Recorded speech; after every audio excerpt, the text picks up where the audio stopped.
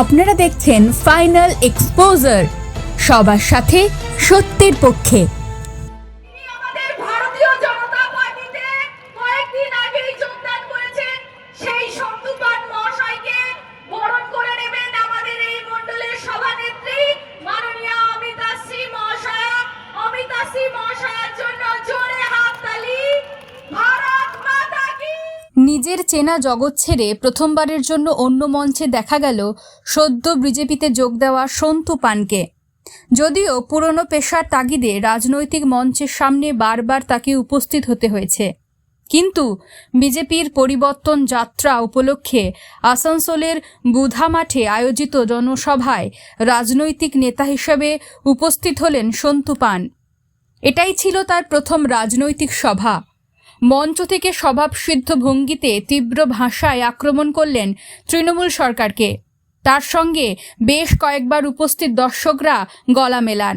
আমাদের গান্ডিব আছে, আমাদের ব্রহ্মাস্ত্র আছে, আমরা চুপ করে আছি মানে এটা নয় যে আমরা দুর্বল।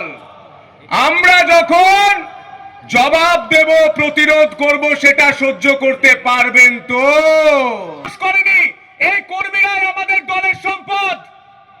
তৃণমূলের রক্তচক্ষুর সামনে দাঁড়িয়ে সে জয় শ্রীরাম বলতে পারে, সে ভোটের দিন বুথটা শক্তিশালী করে রাখতে পারে, বুথ পাহারা দিতে পারে। জিতেন মন্ডল কাটা পাহাড়ি, তৃণমূলের অত্যাচার বারবার হয়েছে, তার ঘর ভেঙে দেওয়া হয়েছে, ঘর ছাড়তে হয়েছে, কিন্তু জয় শ্রীরাম বলতে ভুলে যায়নি। আপনারা বলুন তো, জয় শ্রীরাম গালাগাল আর হোলি মোবারক খুব ভালোবাসা? হ্যাঁ, জয় শ্রীরাম গালাগাল আর হোলি মোবারক খুব ভালোবাসা?